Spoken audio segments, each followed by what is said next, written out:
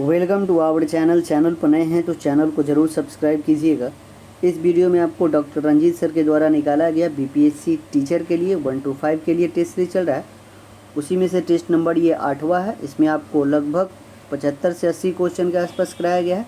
अगर 80 क्वेश्चन है तो जो भी बच्चा 65+ क्वेश्चन बना रहा है यानी अपनी तैयारी बहुत अच्छा कर रहा है, तो टेस्ट को बनाएं और अपना जो स्कोर होगा वो कमेंट बॉक्स में ज़रूर बताइएगा। चलिए देखते हैं हम लोग टेस्ट बनाते हैं। देखिए पहला क्वेश्चन देखते हैं, और जो भी लोग चैनल पर नए हैं चैनल जरूर सब्सक्राइब कर लीजिएगा। पहला क्वेश्चन दिया कि वह शासक कौन था जिसने राज्य सिंहासन पर बैठने के लिए अपने पिता बिंबिसार की हत्या कर दिया था। तो बिंबिसार का लड़का ही था जिसका नाम अजातशत्रु था। ठीक है, और बिंबिसार जो था ये मगध पर शासन करने वाला प्रथम शासक था और प्रथम वंश भी था जो हर्यक वंश था। और हर्यक वंश की स्थापना जो था ये बिंबिसार ने ही किया था। और बिंबिसार जो था ये अपना राजधानी जो है वो मगध का राजगृह बनाया था। ठीक है, राजगृह। और बिंबिसार की हत्या उसका बेटा जो था अजातशत्रु कर दिया था, इसलिए अजातशत्रु को पितृहंता भी कहा जाता है। क्या कहा जाता है? पितृहंता भी कहा जाता है। अगला क्वेश्चन देखते हैं कि सिकंदर और पोरस की सेनाओं ने किस नदी के आमने सामने वाले तटों पर पड़ाव डाला हुआ था। तो सिकंदर और पोरस की सेना बोल रहा है कौन सी नदी, तो याद रखिएगा ये नदी जो था वो झेलम नदी था। कौन था? झेलम नदी। तो राइट आंसर जो हो जाएगा वो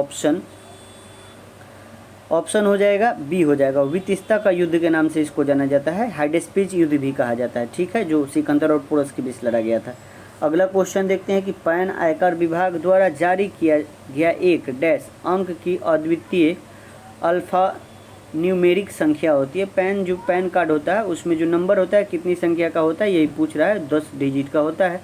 तो राइट आंसर होगा ऑप्शन डी होगा। क्या होगा? ऑप्शन डी हो जाएगा। अगला क्वेश्चन हम लोग देखते हैं।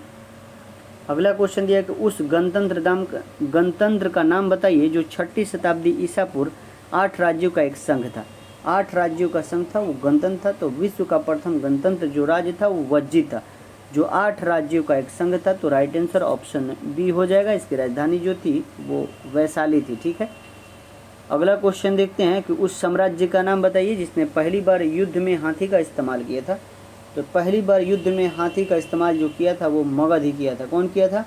मगध किया था। मगध में मौर्य वंश सर्वप्रथम युद्धों में हाथी का प्रयोग किए थे। ठीक है, जो चंद्रगुप्त मौर्य की सेना थी इन्होंने ही किया था। यूनानी जो लेखक है इसके बारे में चर्चा जो किया है, यूनानी एक लेखक था प्लूटार्क ने, वही किया है। ठीक है, अगला क्वेश्चन देखते हैं कि अकबर के शासन में भू राजस्व सुधारने के लिए कौन उत्तरदायी था। तो अकबर के शासन में जो है भू राजस्व जो सुधारता था वो राजा टोडरमल था। कौन था? टोडरमल जो था भू राजस्व के बारे में जानता था अकबर के शासन में। अगला क्वेश्चन है अकबर के एकमात्र हिंदू दरबारी ने दीन इलाही को स्वीकार किया था, और दीन इलाही को मानने वाला एकमात्र जो थे वो बीरबल थे। कौन थे? बीरबल थे। तो राइट आंसर ऑप्शन बी होगा। अगला क्वेश्चन है कि अपने काल में महान संगीतज्ञ तानसेन किसके दरबार में थे। तो तानसेन भी जो थे ये आपको अकबर के दरबार में ही थे। ठीक है, तो राइट आंसर ऑप्शन बी होगा।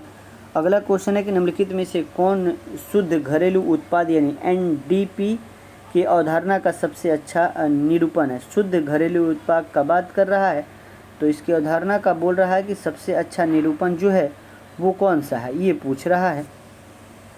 तो याद रखिएगा इसमें जो हो जाएगा घरेलू उत्पाद और मूल्य ह्रास। ठीक है, घरेलू उत्पाद माइनस मूल्य ह्रास। तो राइट आंसर ऑप्शन डी। अगला क्वेश्चन हम लोग देखते हैं। अगला क्वेश्चन है कि निम्नलिखित में से किसने सोमनाथ मंदिर पर आक्रमण किया था। तो सोमनाथ मंदिर पर आक्रमण जो किया था वो महमूद गजनबी था। कौन था? महमूद गजनबी जो था ये 1025 ईस्वी में, उस समय वहाँ पे एक हिंदू शासक भीमदेव प्रथम थे, उन्हीं के शासनकाल में हुआ था। तो राइट आंसर ऑप्शन ई होगा। ठीक है, अगला क्वेश्चन है कि साइमन कमीशन का भारत में विरोध किया गया क्यों। साइमन कमीशन का जो विरोध किया गया था क्यों किया गया था? तो साइमन कमीशन जो भारत में आया था वो 3 फरवरी 1928 को आया था। कब? 3 फरवरी 1928 को आया था। और इसका विरोध इसलिए किया गया था क्योंकि जितने भी उसके 7 सदस्य थे साइमन कमीशन में, और 7 सदस्य थे जो अंग्रेज थे, इसीलिए उनका विरोध किया गया था और इसको व्हाइट कमीशन भी कहा जाता है। ठीक है, अगला क्वेश्चन देखते हैं कि ब्रह्म समाज के संस्थापक कौन है। तो ब्रह्म समाज के संस्थापक जो है राजा राम मोहन रहे, और इसकी स्थापना 1828 में हुआ था। ठीक है, अगला क्वेश्चन देखते हैं कि ब्रिटिश सरकार के द्वारा निम्न स्थापित किए गए व्यापारिक केंद्रों को सही क्रम लगाइए। तो ब्रिटिश जो सरकार थी उसके द्वारा व्यापारिक केंद्र कब कहाँ कैसे लगाया गया था इसी के बारे में पूछ रहा है। सही क्रम में हमको बताना है। चलिए हम लोग देखते हैं, इसको बताने का कोशिश करते हैं। तो देखिए सबसे पहले जो ब्रिटिश सरकार था सूरत में लगाया था, कहाँ पे, सूरत में, फिर मद्रास में, उसके बाद कोलकाता में, फिर बम्बई में। इसलिए राइट आंसर इसका जो होगा वो ऑप्शन डी होगा। क्या होगा, ऑप्शन डी होगा। अगला क्वेश्चन है कि 1857 के विद्रोह किसके द्वारा प्रारंभ किया गया था। तो 1857 का जो विद्रोह हुआ था पूछ रहा है किसके द्वारा, तो सिपाहियों के द्वारा। किसके द्वारा, सिपाहियों के द्वारा। 1857 के विद्रोह की शुरुआत किया गया था सिपाहियों के द्वारा। और इसका जो तत्कालिक कारण था वो कारतूस जो था, कारतूस उसमें गाय और सूअर की चर्बी से लेप किया जाता था, जिसे दांत से हटाना होता था, जो हिंदू और मुसलमान दोनों के लिए धार्मिक आस्थाओं का उसका विरुद्ध था।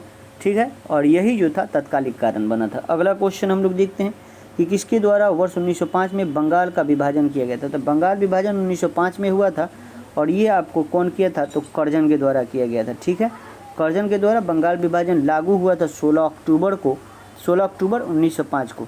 इसकी घोषणा जो किया गया था 20 जुलाई को किया गया था।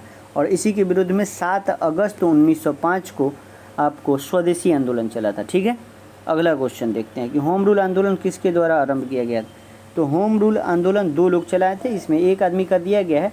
तो एक तो एनी बेसेंट चलाई थी मद्रास के अडियार में, और एक बाल गंगाधर तिलक जी चलाए थे इधर आपको कर्नाटका बेलगाम में। ठीक है, तो राइट आंसर ऑप्शन बी होगा। और होम रूल आंदोलन 1916 में। ठीक, अगला क्वेश्चन है कि मोतीलाल नेहरू और चित्तरंजन दास किसके संस्थापक है। तो मोतीलाल नेहरू और चित्तरंजन दास ने जो है आपको स्वराज पार्टी की स्थापना 1923 में किया था। इलाहाबाद में 1923 में स्वराज पार्टी की स्थापना मोतीलाल नेहरू और चित्तरंजन दास ने किया था। राइट आंसर ऑप्शन डी है। ठीक है, अगला क्वेश्चन है कि वंदे मातरम किसके द्वारा लिखा गया है। तो वंदे मातरम जो है ये बंकिम चंद्र चट्टोपाध्याय के द्वारा लिखा गया है। तो इसका राइट आंसर ऑप्शन सी होगा। क्या होगा, ऑप्शन सी हो जाएगा। अगला क्वेश्चन देखते हैं, इनके उपन्यास था आनंद मठ, उसी में लिखा गया है। महात्मा गांधी 1930 में सवर्णीय अवज्ञा आंदोलन शुरू कहाँ से किए थे। तो शुरू कहाँ से हुआ था, तो याद रखिएगा जो महात्मा गांधी वो दांडी से। कहाँ से, दांडी से। तो राइट आंसर जो होगा वो ऑप्शन डी हो जाएगा, क्योंकि यहाँ पे शुरू का बात कर रहा है। तो देखिए 5 अप्रैल को 1930 को दांडी में जा गए थे, और 6 अप्रैल को वहाँ से। तो जो सविनय अवज्ञा आंदोलन है ये 12 मार्च को निकाले थे। 12 मार्च को साबरमती आश्रम से निकले थे लोग 1930 में, और ये आपको 6 अप्रैल को, 5 नहीं 6 अप्रैल याद रखिएगा, 6 अप्रैल 1930 को दांडी पहुँचे थे, और दांडी से ही इन्होंने आंदोलन शुरू किया था। तो राइट आंसर ऑप्शन डी होगा। ठीक है, अगला क्वेश्चन देखते हैं कि पानीपत का तीसरा युद्ध किस वर्ष किया गया था। तो पानीपत का तीसरा युद्ध जो हुआ था 1761 में हुआ था। कब हुआ था, 1761 में हुआ था। अहमद शाह अब्दाली और मराठों के बीच हुआ था, जिसमें मराठा पूरी तरह हार हुई थी। ठीक है, अगला क्वेश्चन देखते हैं कि प्रशांत महासागर में अंध महासागर को जोड़ने वाली नहर कौन सी है। तो प्रशांत महासागर को अंध महासागर से जोड़ने वाले का बात कर रहा है, और प्रशांत महासागर को अंध महासागर से जोड़ती है कौन, तो ये आपको पनामा जोड़ती है। तो राइट आंसर ऑप्शन सी होगा। अगला क्वेश्चन क्या है, अगला क्वेश्चन दिया है कि उत्तरी अमेरिका के तट से गुजरने वाली ठंडी महासागरीय धारा का नाम क्या है। तो याद रखिएगा ठंडी का बात कर रहा है, तो लेब्राडोर धारा जो है ये ठंडी है। तो राइट आंसर ऑप्शन सी होगा। अगला क्वेश्चन है कि विश्व की सर्वाधिक व्यस्त वस्तु व्यापार मार्ग कौन सा है। तो विश्व का सबसे वस्तु व्यस्त मार्ग का बात कर रहा है तो अटलांटिक महासागर हो जाएगा। तो राइट आंसर ऑप्शन ए होगा। अगला क्वेश्चन देखते हैं कि टैगा का अर्थ क्या है। टैगा क्या है बाबू, तो टैगा जो है, टैगा एक तरह का शंकुधारी वन कहलाता है, वन है। तो राइट आंसर ऑप्शन बी होगा। अगला क्वेश्चन है कि आभासी वृक्ष रहित विरल वनस्पति कहाँ पाई जाती है। तो आभासी वृक्ष रहित विरल वनस्पति जो पाई जाती है वो आपको टुंड्रा में, कहाँ पे, टुंड्रा वन। तो राइट आंसर टुंड्रा क्षेत्र में ही पाया जाता है। अगला क्वेश्चन देखते हैं कि चिल्का झील कहाँ स्थित है।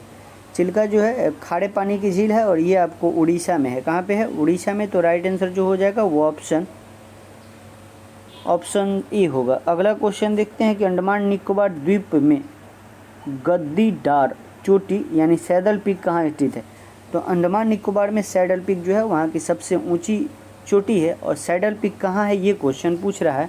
तो याद रखिएगा ये उत्तरी अंडमान में है। कहाँ पे है, उत्तरी अंडमान। तो राइट आंसर जो होगा वो ऑप्शन डी होगा। इसकी ऊंचाई जो है वो 732 मीटर है। ठीक है, अगला क्वेश्चन है कि जीएनपी का अर्थ क्या होता है।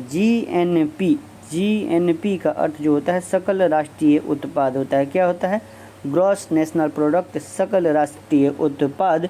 अगला क्वेश्चन देखते हैं कि मिश्रित अर्थव्यवस्था से क्या तात्पर्य है। मिश्रित अर्थव्यवस्था से जो तात्पर्य है वो पूछ रहा है, और मिश्रित अर्थव्यवस्था जो सार्वजनिक और निजी क्षेत्रों का सह अस्तित्व जहाँ होता है उसे हम मिश्रित अर्थव्यवस्था कहते हैं। जैसे भारत की अर्थव्यवस्था श्रीलंका की अर्थव्यवस्था, पाकिस्तान की अर्थव्यवस्था, ये मिश्रित अर्थव्यवस्था है। अगला क्वेश्चन है कि भारत के किस राज्य में उच्च स्तरीय थोरियम वाले मोनोजाइट का सबसे ज़्यादा भंडार है। तो थोरियम वाला मोनोजाइट सबसे ज़्यादा भंडार का बोल रहा है और सबसे ज़्यादा का बोल रहा है, तो ये केरल में है। कहाँ पे है? केरल में। अगला क्वेश्चन है कि निम्नलिखित में से भारत का वह राज्य कौन सा है जो गंधक यानी सल्फर के उत्पादन में आगे है। तो गंधक के उत्पादन में सबसे आगे कौन सा राज्य है? तो ये महाराष्ट्र है। कौन है? महाराष्ट्र हो जाएगा।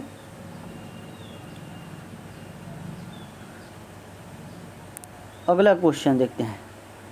अगला क्वेश्चन है कि हिमालय के स्थान पर कौन सा सागर विद्यमान था। तो हिमालय के स्थान पर कौन सा सागर विद्यमान था ये पूछ रहा है।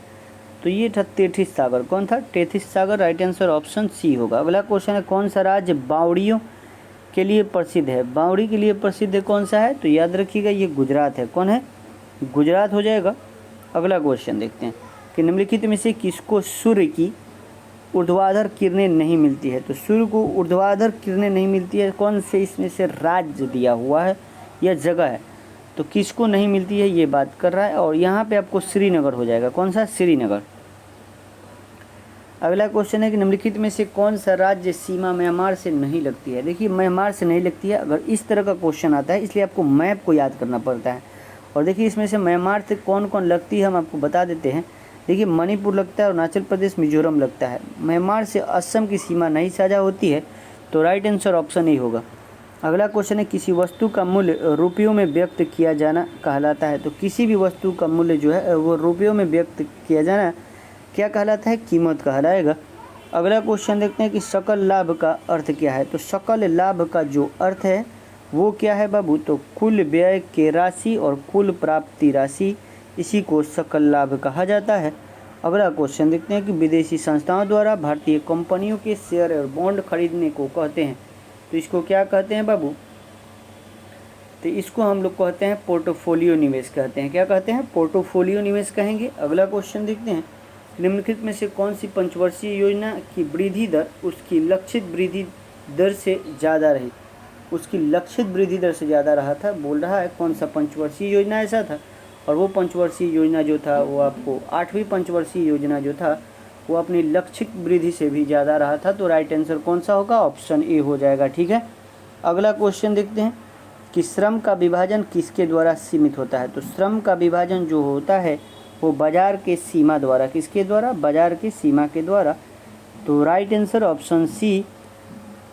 अगला क्वेश्चन है कि संघ सूची और समवर्ती सूची के विषय पर कानून बनाने की शक्ति डैश होती है। तो जो संघ सूची होती है और समवर्ती सूची होती है और उसको बनाने की शक्ति किसके पास है बाबू? ये क्वेश्चन पूछ रहा है। और ये लोकसभा, किसको? लोकसभा को है। तो लोकसभा संघ सूची और समवर्ती सूची के विषय में कानून बना सकती है। अगला क्वेश्चन देखते हैं। अगला क्वेश्चन है कि भारतीय संविधान की 7वीं अनुसूची में वर्णित जनसंख्या नियंत्रण एवं परिवार नियोजन डैश सूची का विषय है। तो जनसंख्या नियंत्रण और परिवार नियोजन जो विषय है बाबू ये समवर्ती सूची का विषय है। ठीक है। अगला क्वेश्चन देखते हैं कि भारतीय संविधान के 7वीं अनुसूची में वर्णित केंद्रीय खुफिया और जांच ब्यूरो जो है वो किस विभाग का है। तो ये आपको संघ सूची का है। किसका है? संघ सूची का हो जाएगा। तो राइट आंसर ऑप्शन ई हो जाएगा। अगला क्वेश्चन है फिर उसी तरह का क्वेश्चन है कि 7वीं अनुसूची में भारतीय रिजर्व बैंक डैश सूची है। रिजर्व बैंक किसकी बात होती है? तो संघ सूची का विषय है। ठीक है। अगला क्वेश्चन देखते हैं कि सिक्किम को राज्य का दर्जा किस वर्ष मिला। राज्य को दर्जा इसको किस वर्ष मिला ये क्वेश्चन पूछ रहा है। तो देखिए यहाँ पे जो था 35वां संविधान संशोधन के तहत इसको 1974 में सह राज्य का दर्जा मिला, सह राज्य। और 1975 में 36वां संविधान संशोधन के तहत ये पूर्ण राज्य का दर्जा मिला और ये भारत का 22वां राज्य बना था। ठीक है। अगला क्वेश्चन है कि निम्नलिखित में से किस वर्ष संसदीय अधिनियम द्वारा लंकाद्वीप, मिनिकॉय और अमीन द्वीप का नाम बदलकर लक्षद्वीप किया गया था। तो याद रखिएगा कब किया गया था ये पूछ रहा है, वर्ष पूछ रहा है, और ये 1973 में किया गया था। ठीक है। अगला क्वेश्चन है कि निम्नलिखित में से किस राज्य को अनुच्छेद 239 के क और 240 में संशोधन के बाद बनाया गया था। तो बनाया गया था अरुणाचल प्रदेश। ठीक है, अरुणाचल प्रदेश। तो राइट आंसर ऑप्शन ए होगा इसका। अगला क्वेश्चन देखते हैं कि भारतीय संविधान में नागरिकता का प्रावधान कब लागू हुआ। तो नागरिकता का जो प्रावधान है वो लागू कब हुआ ये पूछ रहा है, और ये 1949 में। कब? 1949 में, जो 26 नवंबर 1949 को लागू हुआ था संविधान, उसी समय। इसमें आर्टिकल जो था 5, 6, 7, 8 और 9 को लागू किया गया था। ठीक। अगला क्वेश्चन देखते हैं कि मनुष्य एक सामाजिक प्राणी है, और यह कथन किसका है? किसका है बाबू? तो यह कथन जो है आपको अरस्तु का है। किसका है? अरस्तु का है। अगला क्वेश्चन है कि राजनीतिक शास्त्र को माप विधा किसने कहा? तो राजनीतिक शास्त्र को माप विधा किसने कहा ये बोल रहा है, और ये आपको ब्राइस ने कहा था। कौन कहा था? ब्राइस ने कहा था। ब्राइस ने कहा था। अगला क्वेश्चन देखते हैं। अगला क्वेश्चन है कि डायग्नोस्टिक अल्ट्रासाउंड का आविष्कार किसने किया? तो डायग्नोस्टिक अल्ट्रासाउंड का इसका जो आविष्कार है स्कॉटलैंड का इयान डोनाल्ड ने किया था। कौन? इयान डोनाल्ड ने किया था। अगला क्वेश्चन हम लोग देखते हैं कि तारों का रंग किस पर निर्भर करता है। तो तारों का जो रंग है वो निर्भर किस पर करता है ये पूछ रहा है, और ये तापमान पर निर्भर करता है। तो राइट आंसर ऑप्शन ए होगा। अगला क्वेश्चन है कि किसी तरंग की तीव्रता निम्नलिखित में से किसके अनुक्रमानुपाती होता है। तो किसी तरंग की तीव्रता जो होती है वो निम्नलिखित में से किसके अनुक्रमानुपाती होता है? तो आयाम के वर्ग के अनुक्रमानुपाती होता है। तो राइट आंसर ऑप्शन बी होगा। अगला क्वेश्चन है कि मधुमक्खी का डंक में युक्त होता है। तो जो मधुमक्खी का डंक होता है उसमें कौन सा अम्ल होता है ये पूछ रहा है। तो याद रखिएगा जो मधुमक्खी का डंक होता है उस एक लवणीय विलयन होता है। तो राइट आंसर जो होगा वो ऑप्शन क्या होगा? ऑप्शन बी होगा। इसमें फॉर्मिक अम्ल नाम होता है। ठीक है, फॉर्मिक अम्ल होता है मधुमक्खी के डंक में, फॉर्मिक अम्ल होता है। ठीक है। अगला क्वेश्चन देखते हैं कि हीमोग्लोबिन निम्न में से किसके प्रति अधिक आकर्षक को प्रकट करता है। तो याद रखिएगा हीमोग्लोबिन जो है सबसे ज़्यादा आकर्षक होता है कार्बन मोनोऑक्साइड के द्वारा। ठीक है, तो राइट आंसर होगा ऑप्शन सी होगा। अगला क्वेश्चन है कि सिरका का रासायनिक नाम क्या है। सिरका का रासायनिक नाम बोल रहा है, और सिरका का जो रासायनिक नाम है बाबू वो है एसिटिक अम्ल जो है। Right answer option B. अगला क्वेश्चन देखते हैं कि अनिद्रा के लिए किसी चिकित्सीय शब्दावली का प्रयोग किया जाता है। तो किसका किया जाता है बाबू? तो याद रखिएगा आपको अनिद्रा ही किया जाता है। तो राइट आंसर हो जाएगा ऑप्शन बी होगा। अगला क्वेश्चन देखते हैं कि एक आलू के कंद के 2 भागों में काटा गया, और इनमें से एक भाग के कटे हुए पृष्ठ पर आयोडीन विलयन के कुछ बूंदें गिराई गई, और इनमें किस रंग का परिवर्तन देखा जा सकता है? याद रखिएगा इसमें जो परिवर्तन देखा जाएगा भूरे से नीला काला। ठीक है, राइट आंसर जो हो जाएगा वो ऑप्शन ए होगा। अगला क्वेश्चन है कि होम्योपैथी का जनक कौन थे। तो होम्योपैथी के जनक का बात कर रहा है, और ये सैमुअल हैनीमन था। कौन था? सैमुअल हैनीमैन था। तो राइट आंसर ऑप्शन ए। अगला क्वेश्चन है कि पित्त का संचयन होता है। देखो संचयन का बात कर रहा है, स्टोर। तो पित्ताशय में पित्त का निर्माण बोलता तो होता है यकृत। ठीक है, अगर निर्माण कहता तो यकृत, संचयन कह रहा है तो पित्ताशय में। ठीक है। अगला क्वेश्चन है कि स्वदेशी आंदोलन भारत में डैश के दौरान हुआ था। स्वदेशी आंदोलन जो है ये बंगाल विभाजन के विरुद्ध में किया गया था। आपको पहले भी मैंने क्वेश्चन में बताया था। अगला क्वेश्चन देखते हैं। अगला क्वेश्चन है कि 1916 में प्रसिद्ध लखनऊ समझौता पर डैश के बीच हस्ताक्षर किया गया था। तो लखनऊ जो समझौता हुआ था वो किसके बीच? तो बाल गंगाधर तिलक और मोहम्मद अली जिन्ना के बीच हस्ताक्षर किया गया था। तो राइट आंसर ऑप्शन बी हो जाएगा। ठीक है। अगला क्वेश्चन देखते हैं कि लंदन इंडियन सोसाइटी और ईस्ट इंडिया एसोसिएशन की स्थापना निम्नलिखित में से व्यक्ति में से किसके द्वारा किया गया था। लंदन में इंडियन सोसाइटी और ईस्ट इंडिया एसोसिएशन की स्थापना जो है ये आप किसने किया था? तो दादा भाई नौरोजी ने किया था। कौन किया था? दादा भाई नौरोजी ने। अगला क्वेश्चन देखते हैं निम्नलिखित में से कौन सा समाचार पत्र भारतीय राष्ट्रीय आंदोलन के दौरान लोकमान्य तिलक द्वारा लिखा गया था। तो लोकमान्य तिलक द्वारा लिखा गया था, ये क्वेश्चन बोल रहा है। और ये केसरी जो है ये बाल गंगाधर तिलक, लोकमान्य तिलक उन्हीं को बोला जाता है, उन्हीं का ये पत्रिका है। अगला क्वेश्चन देखते हैं कि किसी देश का सकल घरेलू उत्पाद जीडीपी है। जीडीपी किसको कहा जाता है? तो जीडीपी कौन सी है बाबू? तो याद रखिएगा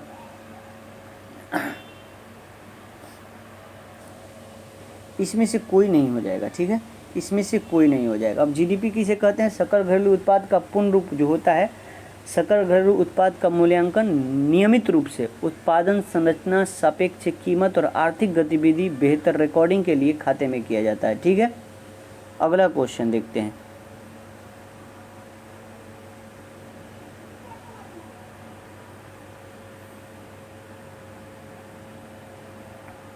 अगला क्वेश्चन है कि भारतीय राष्ट्रीय आंदोलन की अवधि 1885 से 1905 कहा जाता है।